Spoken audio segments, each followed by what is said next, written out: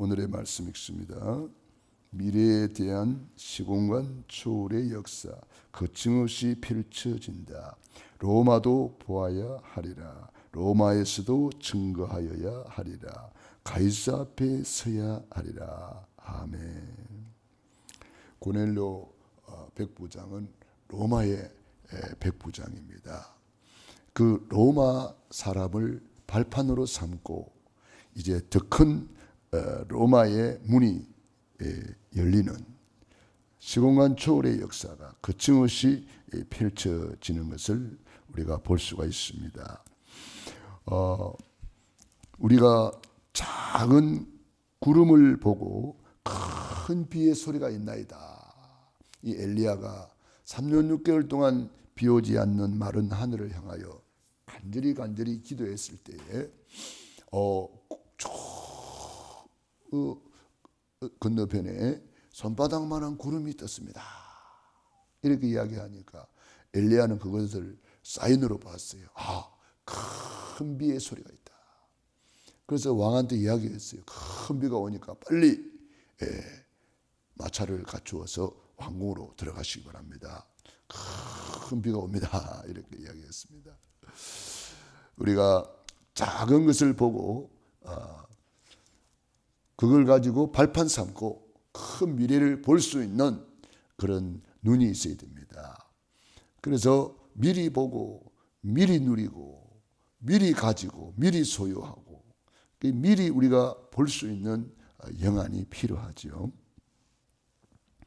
그래서 우리는 미래를 놓고 기도할 때에 지금이 중요합니다. 지금은 아무것도 하지 않으면서 막연하게 미래를 이렇게 생각한다면 그야말로 허황된 꿈입니다. 우리가 미래에 확실한 그림을 그리고 계획을 세웠다면 지금 뭐 할 것이냐, 이게 중요합니다. 즉 작은 실천을 해 나가야 되는 거죠. 그걸 하지 않으면서 막연하게 이렇게 바라보고 있다면은 그거는 어떤 면에서 좀 허황된 것이라고도 볼 수가 있습니다. 천리길도 한 걸음부터다, 그런 말이 있습니다. 우리가 천리길을 가기로 결정을 했으면은 지금 한 걸음 한 걸음 시작을 해야 되는 거죠. 내가 저 산을 정복해야 되겠다. 그러면은 그 산을 향하여 한 걸음 한 걸음 내디뎌야 되겠죠. 산을 쳐다만 보고 저 산 올라가야지. 그래서 올라가지 않지요. 중국의 어떤 노인이 마을에서 자기 집으로 가려 그러면은 큰 산이 하나 이렇게 가로막혀 있었다고 그렇습니다. 그래서 저 산을 어떻게 할까? 그래서 한 삽, 두 삽 그 산을 없애기로 했어요. 그러면서 내가 이 산을 파다가 못 파고 죽으면 내 아들들이 이 산을 팔 것이다. 아들들이 파다가 죽으면 내 손자들이 이 산을 팔 것이다. 이렇게 착수를 했어요. 그러니까 한 삽, 두 삽 퍼내기 시작했는데 그 큰 산이 없어져 버렸어요. 산이 평지가 돼 버렸어요. 이와 같이 우리가 미래에 확실한 꿈을 가지고 목표를 세우고 그림을 그렸다면은 지금이 중요한 거예요.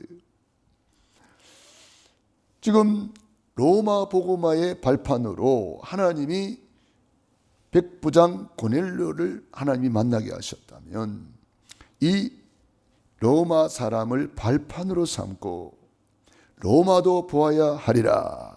로마에서도 증거하여야 하리라. 가이사 앞에 서야 하리라. 하나님이 사도 바울에게 보여준 미래입니다. 우리가 작은 것을 사인으로 보았다면 큰 우리가 미래를 볼 수가 있어야 되겠습니다. 저도 이번에 단기 선교를 가기 전에 그 네팔이라는 데는 제가 가보지를 않았기 때문에 가보고 싶기도 하고요. 가야 되는데 우리 GMT에서 간다는데 가자고 또 하고, 그래서 어떻게 해야 되나 상황을 보니까 뭐 선교국 재정은 없는 것 같아요. 이거 그래서 하나님께 기도를 했어요. 하나님, 제가 이 단기 선교에 꼭 가야 된다면 사인을 주십시오. 이렇게 기도하고 있는데 갑자기 어떤 분이 연락이 왔습니다. 자기가 뭐 이렇게 남편이 이제 1년에 한 번씩 돈을 주는 게 있대요. 그래서 이분은 뭐 자기 그 교회에도 참 충성하는 분이에요. 그러면서 이분이 뭘 붙잡았냐면은 나와 온 교회를 돌봐주는 가예요. 이런 언약을 잡았다고 그래요. 한 교회만 섬기는 것이 아니라 온 교회를 섬길 수 있는 그런 언약을 잡았다고 하면서 선교 헌금에 대한 그런 메시지를, 문자를 보냈어요. 제가 그분한테 이야기를 안 했거든요. 그런데 하나님이 감동이죠. 시공간을 초월하는 거침없이 역사하시는 하나님의 감동이죠. 그래서 이분이 만나기로 했는데 이상하게 뭐 이렇게 여러 가지로 만나지지를 않더라고요. 만나야 뭐 이렇게 되는데, 이분은 또 자기만의 어떤 특징이 있는데, 뭐 우리 같으면 그냥 온라인으로 보내주세요. 그러면 되는데 온라인으로 이렇게 보내주는 것보다 만나서 이렇게 기도도 받고 이렇게 헌금하기를 원한다고 그래요. 그래서 이제 만나지를 못했는데 이번에 이제 네팔 갔다 와서 그분을 만났습니다. 그래서 이제 헌금을 전달을 받고 참 감사했습니다. 그래서 거침없이 임하시는 시공간 초월의 역사를 우리는 우리가 기도하면 하나님이 이렇게 사인을 보내준단 말이에요. 엘리야에게는 손바닥만한 구름을 보여줬고요. 초대교회는 이 로마 복음화를 놓고 이 백부장 고넬료를 통해서 하나님이 지금 하고 계시잖아요. 하나님이 고넬료를 감동시키고 베드로를 감동시키고 비장 시몬을 감동시키고 이렇게 해가지고 만남을 딱 주선하는 거예요. 이 하나님이 만나게 하신 거잖아요. 천사를 보내가지고 감동을 주고, 천사를 보내가지고 환상도 보여주고, 이렇게 하나님이 감동하는 사람이 있어요. 성전 건축을 할 때도 마찬가지잖아요. 감동하는 사람들이 막 이 물건을 가져왔다 그랬잖아요. 너무 많이 가져와가지고 나중에는 그만 가져오라고 강구할 정도가 되었어요. 또 포로 갔다가 돌아오면서 성전 재건을 할 때도 마찬가지입니다. 하나님이 감동을 시켜서 그랬습니다. 하나님이 감동을 주어서 이렇게 헌신하게 하셨다는 거죠. 그러니까 우리가 기도하면서 성령의 감동을 잘 인도를 받아야 돼요. 아나니아 사피라 같은 경우는 성령의 감동을 받아서 이렇게 땅을 팔아서 헌금하기로 했잖아요. 그때까지는 참 좋았습니다. 그런데 중간에 내 생각이 들어갔어요. 이거 다 바쳐버리면 뭐 먹고 살지? 막 그런 생각이 들어갔는지 모르겠어요. 의식주에 대한 염려가 들어간지도 모르겠어요. 그럼 내 생각이 들어가는 순간에 그만 흑암이 이렇게 탁 덮어버린 거죠. 그래가지고 성령을 속이고 그랬잖아요. 어찌하여 내 속에 악령이 가득하여 성령을 속이고 그랬습니다. 그러니까 성령의 감동을 받기는 받았는데 끝까지 순종하지 못한 아나니아 사피라의 모습을 볼 수가 있습니다. 그런가 하면은 성령의 감동을 받고 끝까지 헌신했던 사람들, 로마서 16장의 인물들, 목이라도 내놓고 헌신했던 브리스길라 아굴라 부부, 또 베베, 또 식주인 가이오, 이런 사람들이 있습니다. 성령님은 지금도 우리 안에 내주 인도 역사하시며 감동하시며 가르쳐 주시고 기억나게 하시고 생각나게 하시고 우리를 인도하고 계시잖아요. 그래서 우리가 늘 성령님께 물어보고 성령의 감동을 받는 게 중요합니다. 내 생각이겠지. 그러면은 그냥 내 생각이에요. 성령님이 우리 마음에 가득 채우고 계시잖아요. 성령님이 우리 안에 우리와 함께 계시잖아요.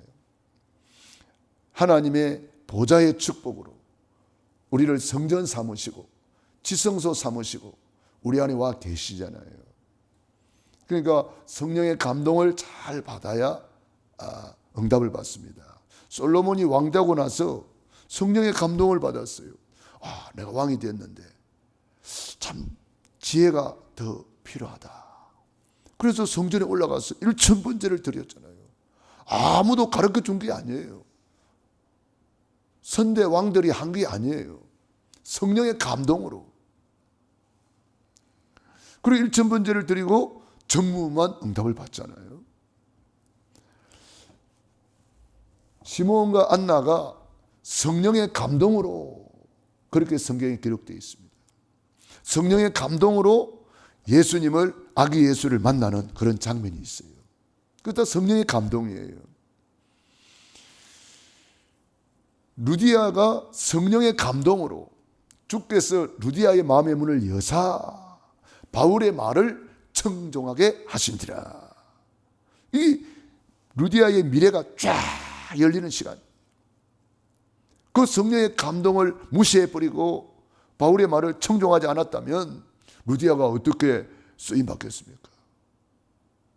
그 루디아가 성령의 감동에 순종해서 바울의 말을 청종했을 때에 루디아의 집이 오늘의 유럽을 살리는 교회가 세워지는 정말 첫열매의 축복을 받은 거죠. 그렇기 때문에 우리의 신앙생활을 내 마음에 주님이 계시고 주님이 내 마음에 늘 감동하신다는 것을 이렇게 늘 생각을 해야 됩니다. 그러니까 바울이 성령의 감동을 받아서 기도하다 보니까 마게도냐 사람이 와서 우리를 도우라 환상을 보여주기도 하고 베드로에게 환상을 보여주면서 잡아먹으라 환상을 보여주면서 그게 성령의 감동으로 이렇게 깨닫게 해주는 거잖아요. 그러면 하면은 성령의 감동으로 우리가 바울이 아시아로 가고자 했는데 이 마게도냐로 유럽으로 방향을 틀도록 이렇게 주의 영이 인도하셨다고 그러잖아요. 그렇기 때문에 우리가 항상 성령 인도를 받아야 돼요. 사도 바울이 그래서 크게 쓰임받은 것이잖아요. 에베소에 큰 역사가 일어났을 때에 거기에 머물지 않고 거기에 안주하지 않고 로마도 보아야 하리라. 그 성령의 감동으로 한 고백이에요. 성령의 감동으로 한 고백을 하나님이 똑같이 이야기했습니다. 로마에서도 증언하여야 하리라. 가이사 앞에 서야 하리라. 이렇게 된 거잖아요. 다윗은 성령의 감동을 받기 위해서 시편 16편 8절에 항상 주님을 내 안에 모심이요. 내 앞에 계신 줄을 항상 모심이요. 그러면서 내 앞에 계신 줄을 항상 배웠으며 늘 성령님을 모시고 성령님을 바라보고 성령님께 물어보고 성령의 감동을 따라서 움직인 사람이에요. 그러니까 우리가 늘 이렇게 미래를 놓고 기도한다면 지금 내가 뭐 할 것이냐? 성령의 감동을 따라서 내가 작은 실천을 해야 된다는 거죠. 작은 실천. 여러분이 이제 300명 명단을 놓고 기도하잖아요. 여러분이 기도하다 보면은 감동이 와요. 전화를 한번 해봐라. 한번 찾아가 봐라. 문자를 보내봐라. 저는 이 스마트폰에 가끔 이렇게 기도하면서 이렇게 보다 보면은 생각나는 사람이 있어요. 그럼 그런 사람한테 제가 동영상을 보내기도 하고 강단 메시지 보내기도 하고 또 좋은 글이 있으면 이렇게 보내봐요. 그러면 어떤 분은 엄청 반갑게 막 연락이 와요.